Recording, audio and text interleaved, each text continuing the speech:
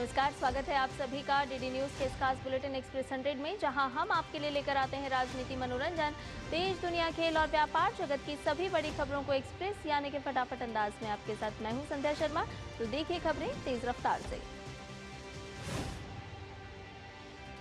Delhi car blast case में बड़ा खुलासा हुआ है। पुलिस और फॉरेंसिक टीम ने बुधवार देर रात पुष्टि की कि विस्फोटक से लदी हुंडई i20 कार में मौजूद शख्स कोई और नहीं बल्कि आतंकी डॉक्टर उमर नबी मोहम्मद ही था। कार के मलबे से मिले जले हुए शव का डीएनए टेस्ट उमर के परिवार के सदस्यों के सैंपल से 100% मैच कर गया है। केंद्र सरकार ने दिल्ली में लाल किले के नजदीक हुए कार विस्फोट को जघन्य आतंकवादी घटना करार दिया। सरकार ने इसी के साथ जांच एजेंसियों को निर्देश दिया कि वो इस मामले की अत्यंत तत्परता और पेशेवर तरीके से जांच करें। फरीदाबाद से आतंकी साजिश के तार जुड़ने का खुलासा होने के बाद फरीदाबाद पुलिस ने बाहरी वाहनों की जांच तेज कर दी है। दिल्ली ब्लास्ट के बाद उत्तर प्रदेश एटीएस एक्शन में है। कानपुर के हृदय रोग संस्थान में कार्यरत कार्डियोलॉजिस्ट डॉक्टर मोहम्मद आरिफ को एटीएस ने हिरासत में ले लिया है। आरिफ लंबे समय से शाहीन और उसके भाई परवेज के संपर्क में था। एटीएस ने उसका लैपटॉप और मोबाइल जब्त कर लिए हैं। सूत्रों के मुताबिक जब्त किए गए संदिग्ध डिजिटल डेटा मिलने की जानकारी है। एटीएस की टीम उसे दिल्ली ले गई है, जहां दिल्ली ब्लास्ट के आरोपियों के आमने सामने बैठाकर पूछताछ की जाएगी। दिल्ली मेट्रो ने बताया है कि लाल किला मेट्रो स्टेशन फिलहाल आगामी आदेश तक बंद रहेगा। दरअसल जांच एजेंसियां यहां सोमवार को हुए बम धमाके के बाद से डेरा डाले हुई है और धमाके की बारीकी से जांच की जा रही है। दिल्ली धमाके के तार लखनऊ से भी जुड़े नजर आ रहे हैं। लखनऊ की रहने वाली शाहीन की गिरफ्तारी के बाद उसके भाई परवेज अंसारी को भी हिरासत में लेकर पूछताछ की गई। उधर फरीदाबाद की अल-फलाह यूनिवर्सिटी में NIA, STF, UP, ATS, Haryana police, Faridabad special cell और जम्मू कश्मीर पुलिस की टीमें पहुंची। इस दौरान सभी फैकल्टी और छात्रों से पूछताछ की गई। जम्मू कश्मीर में आतंकवाद के खिलाफ कुलगाम और शोपियां जैसे इलाकों में तलाशी अभियान चलाया गया। इस बड़ी कार्रवाई में कुलगाम पुलिस ने जिले भर में 200 से ज्यादा जेईआई ठिकानों पर छापे मारे। राष्ट्रीय जांच एजेंसी यानी एनआईए ने बुधवार को अलकायदा गुजरात आतंकी साजिश मामले में देश के 5 राज्यों के 10 ठिकानों पर एक साथ छापेमारी की। एनआईए की टीम पश्चिम बंगाल, त्रिपुरा, मेघालय, हरियाणा और गुजरात में कई संदिग्धों और उनके सहयोगियों के ठिकानों पर पहुंची। छापेमारी के दौरान कई डिजिटल डिवाइस और आपत्तिजनक दस्तावेज बरामद किए गए हैं। दिल्ली में हुए धमाके के बाद सोशल मीडिया पर भड़काऊ पोस्ट करने के आरोप में असम में अब तक 15 लोगों को गिरफ्तार किया जा चुका है। जानकारी असम के मुख्यमंत्री हेमंत बिस्वा शर्मा ने दी है। दिल्ली में हुए कार विस्फोट के बाद आपत्तिजनक सोशल मीडिया पोस्ट के सिलसिले में बुधवार को की गई 6 गिरफ्तारियों के अलावा बीती रात 9 लोगों को गिरफ्तार किया गया है। अमेरिका के विदेश मंत्री मार्को रूबियो ने दिल्ली में हुए बम धमाके को आतंकी हमला करार दिया। उन्होंने इस आतंकी घटना की जांच में भारत के पेशेवर रवैये की तारीफ की।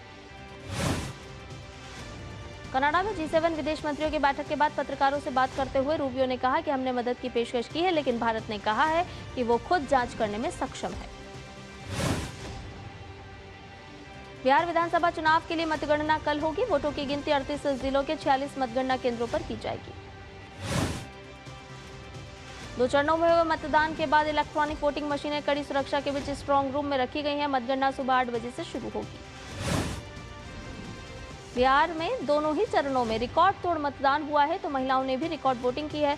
दोनों चरणों को मिलाकर करीब 67% मतदान हुआ है। पटना जिले के 14 विधानसभा सीटों के लिए वोटों की गिनती एएन कॉलेज में होगी। जिला मजिस्ट्रेट ने अधिकारियों को सतर्क रहने और कानून व्यवस्था बनाए रखने के निर्देश दिए हैं। पटना जिले में कानून व्यवस्था बनाए रखने के लिए आदर्श चुनाव आचार संहिता को 16 नवंबर तक बढ़ा दिया गया है। जिला प्रशासन ने विजय जुलूस और किसी भी राजनीतिक बैठक, जुलूस या प्रदर्शन पर पूरी तरह प्रतिबंध लगा दिया है। वहीं जनता दल यूनाइटेड ने पार्टी कार्यालय के बाहर एक पोस्टर लगाया है, जिसे लेकर काफी चर्चा हो रही है। इस पोस्टर में बिहार के मुख्यमंत्री नीतीश कुमार की फोटो है, जिस पर लिखा है टाइगर अभी जिंदा है। केंद्रीय मंत्री गिरिराज सिंह ने लालू प्रसाद यादव पर परिवारवाद की राजनीति करने का आरोप लगाते हुए कहा कि बिहार की जनता ने विकास और सुशासन के लिए प्रधानमंत्री नरेंद्र मोदी और मुख्यमंत्री नीतीश कुमार के पक्ष में मतदान किया है। तेलंगाना सरकार की 15 नवंबर को कैबिनेट मीटिंग होगी, जिसमें पिछड़ा वर्ग आरक्षण और स्थानीय निकाय चुनाव पर अहम फैसले लिए जाएंगे। पहले मीटिंग 7 नवंबर को प्रस्तावित थी, लेकिन जुबली हिल्स उपचुनाव के नतीजों के इंतजार में 15 नवंबर तक टाल दिया गया था। ओडिशा के उप मुख्यमंत्री फरीदा ने पुरी में सरदार पटेल की 150वीं जयंती और राष्ट्रीय एकता दिवस पर नीमापारा में आयोजित एकता मार्च में भाग लिया। असम विधानसभा के उपाध्यक्ष नुमाल मोमिन ने भगवान बिरसा मुंडा की 150वीं जयंती के उपलक्ष्य में चल रहे जनजातीय गौरव वर्ष पखवाड़ा के तहत आयोजित वॉकथॉन में भाग लिया। विदेश मंत्री डॉक्टर एस जयशंकर ने कनाडा में आयोजित G7 विदेश मंत्रियों की बैठक के दौरान ऊर्जा सुरक्षा और महत्वपूर्ण खनिजों पर हुई आउटरीच सत्र में भाग लिया और भारत का दृष्टिकोण प्रस्तुत किया। डॉक्टर एस जयशंकर ने बैठक के दौरान कहा कि ऊर्जा सुरक्षा और महत्वपूर्ण खनिजों पर निर्भरता कम करने, स्थिरता बढ़ाने और लचीलापन विकसित करने की दिशा में काम करने की आवश्यकता है। विदेश मंत्री डॉक्टर एस जयशंकर ने कनाडा में G7 विदेश मंत्रियों की बैठक के आउटरीच सत्र से इतर अपने यूक्रेनी और सऊदी समकक्षों के साथ अलग अलग बैठकें की। इस दौरान हालिया घटनाक्रमों और आपसी हित के क्षेत्रीय मुद्दों पर चर्चा की गई। प्रधानमंत्री नरेंद्र मोदी की अध्यक्षता में केंद्रीय मंत्रिमंडल ने एक्सपोर्ट प्रमोशन मिशन को मंजूरी दे दी है। ये पहल केंद्रीय बजट 2025-26 में घोषित की गई थी, जिसका उद्देश्य भारत के निर्यात पारिस्थितिकी तंत्र को सुदृढ़ बनाना है। प्रधानमंत्री नरेंद्र मोदी ने केंद्रीय मंत्रिमंडल के इस फैसले की सराहना की है। X पर अपनी पोस्ट में प्रधानमंत्री ने लिखा है कि वैश्विक बाजार में मेक इन इंडिया की गूंज को और बुलंद करने की दिशा में बड़ा कदम। इसके अलावा credit guarantee scheme for exporters को भी मंजूरी दी गई। इस योजना के तहत योग्य निर्यातकों, जिनमें एमएसएमई और गैर एमएसएमई दोनों शामिल हैं, 20,000 करोड़ रुपए तक का बिना ऋण समर्थन प्रदान किया जाएगा। प्रधानमंत्री नरेंद्र मोदी ने एक अन्य पोस्ट में लिखा है कि निर्यातकों के लिए ऋण गारंटी योजना, जिसे मंत्रिमंडल द्वारा मंजूरी दी गई है, वैश्विक प्रतिस्पर्धा को बढ़ावा देगी और आत्मनिर्भर भारत के हमारे सपने को साकार करने में मदद करेगी। केंद्रीय मंत्रिमंडल ने बैठक में ग्रीन एनर्जी के लिए आवश्यक खनिजों ग्रेफाइट, सीजियम, रूबिडियम और जर्कोनियम की रॉयल्टी दरों के पुनरीक्षण को मंजूरी दे दी है। नई दरों के तहत सीजियम और रूबिडियम पर 2%, जर्कोनियम पर 1% और ग्रेफाइट पर उसकी गुणवत्ता के अनुसार 2 से 4% तक की रॉयल्टी तय की गई है। गृह मंत्री अमित शाह ने सोशल मीडिया पर लिखा है कि इस फैसले से भारत हरित ऊर्जा उत्पादन में वैश्विक अग्रणी बनने की दिशा में आगे बढ़ेगा। बोत्सवाना आज राष्ट्रपति द्रौपदी मुर्मू की मौजूदगी में प्रोजेक्ट चीता के अंतर्गत एक औपचारिक कार्यक्रम में 8 चीतों को भारत में स्थानांतरित करने के लिए सौंपेगा। राष्ट्रपति द्रौपदी मुर्मू और उनकी बोत्सवाना समकक्ष डूमा बोको के बीच संयुक्त प्रेस वार्ता के दौरान इसकी घोषणा की गई। प्रोजेक्ट चीता एक अनूठी पहल है, जिसका उद्देश्य दशकों बाद चीतों को भारत में फिर से लाना है। भारत में टीबी के मामलों में 21% की कमी दर्ज की गई है। टीबी के मामले में साल 2015 में प्रति 1 लाख जनसंख्या पर 237 मामलों से घटकर वर्ष 2024 में 187 मामले रह गए। ये गिरावट वैश्विक औसत दर से लगभग 2 गुनी है। टीबी कार्यक्रम का वार्षिक बजट पिछले 9 वर्षों में 10 गुना बढ़ा है, जिससे नवीन रोकथाम उपायों, डायग्नोस्टिक उपकरणों, उपचार पद्धतियों और सामाजिक सहायता योजनाओं की शुरुआत संभव हुई है। कर्नाटक में गन्ना किसानों का सिद्धारमैया सरकार के खिलाफ गुस्सा बढ़ता जा रहा है। किसान गन्ने की कीमत 3,500 रुपए प्रति टन करने की मांग पर अड़े हुए हैं। चीनी मिल प्रशासन के साथ वार्ता विफल होने के बाद किसानों ने आज कर्नाटक के बागलकोट जिले को पूरी तरह बंद कर दिया। जैसलमेर में भारतीय सेना का अखंड प्रहार युद्धाभ्यास चल रहा है।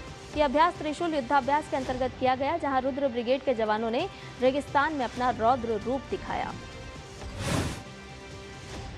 अखंड प्रहार का मकसद थल, वायु और नौसेना के बीच बेहतर तालमेल और संयुक्त ऑपरेशन क्षमता को बढ़ाना है।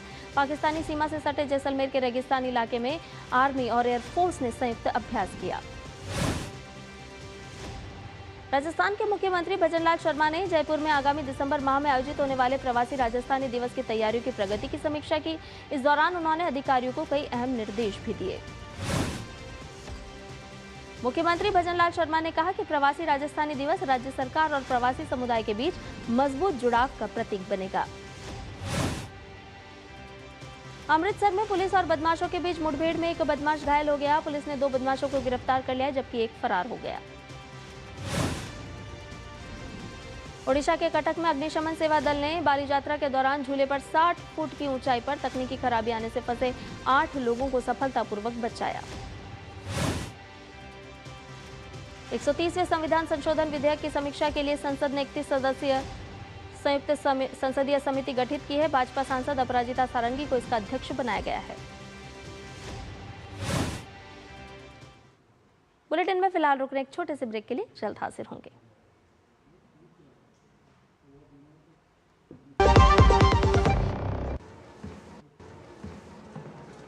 फॉरेक्स ट्रेडिंग अभी एक ट्रेड में सिक्सर। प्रसिद्ध, पहले सेफ्टी वरना क्लीन गोल्ड। अनऑथराइज्ड प्लेटफॉर्म पे फॉरेक्स ट्रेडिंग यानी नुकसान, धोखाधड़ी और कानूनी कार्रवाई का डर, मतलब नुकसान की हैट्रिक।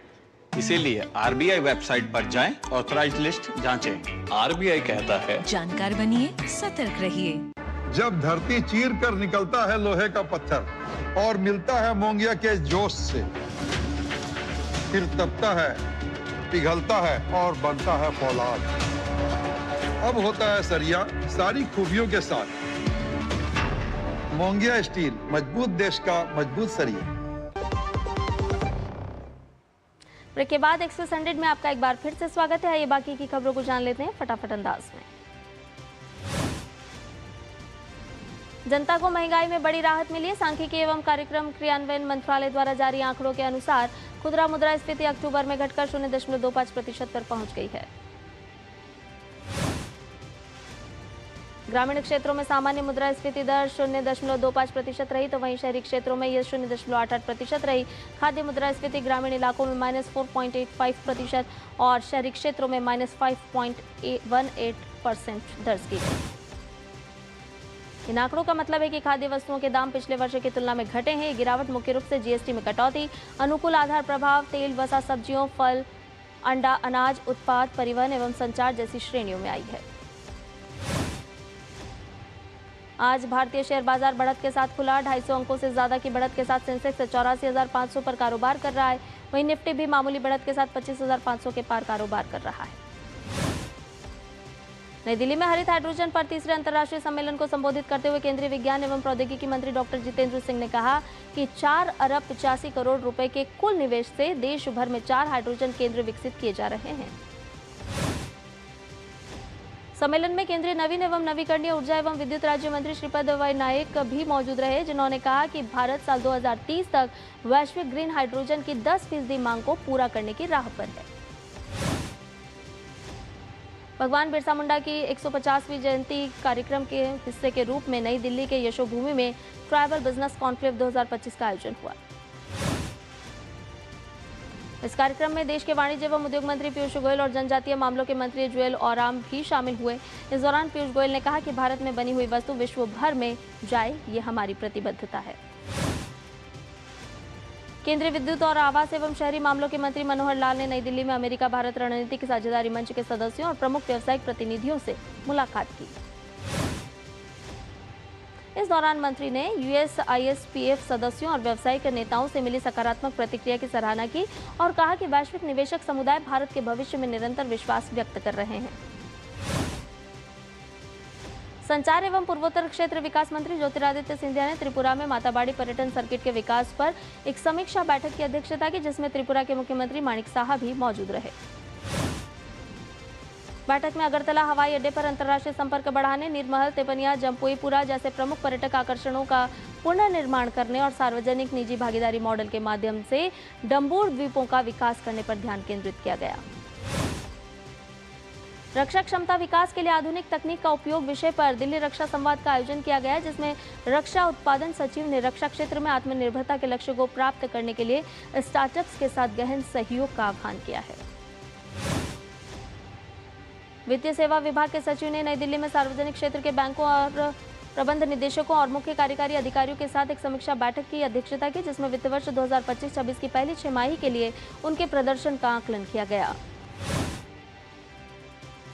बैठक में वित्तीय प्रदर्शन, परिसंपत्ति गुणवत्ता, वसूली और समाधान, डिजिटल परिवर्तन और सरकारी प्रमुख योजनाओं की प्रगति सहित प्रमुख क्षेत्रों की समीक्षा की गई। बैंकिंग में मानव एआई अभिसरण विषय पर भी चर्चा हुई।